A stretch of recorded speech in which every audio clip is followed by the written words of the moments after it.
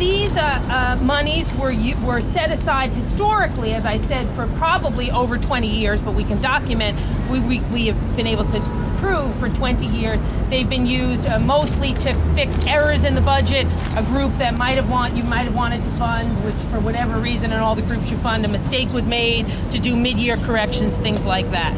And did you use any of this money to reward council members or for favors or for any of these reasons? No, these monies were largely used to fix errors and for mid-year budget needs and requests. Can you describe how was that money used, like in your first year as speaker? We can get you a listing of the groups that got the funds. But what was your impression of where that money was and whether it was actually legal to keep them in reserve? Because I'm under the impression that you're not even supposed to do that, let alone the fictitious. Well, numerous city agencies have holding codes and hold money in what's called holding codes reserved to be used for future needs. So that is something many city agencies do.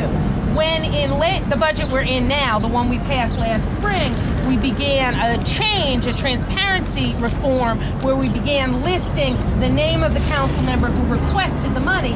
Obviously, that step forward in transparency created a situation that any dollar in the budget had to have a council member's name assigned to it, so it made doing something like this completely counter to the reforms of transparency that we put in the budget, and that's why I instructed my staff as such. Stan?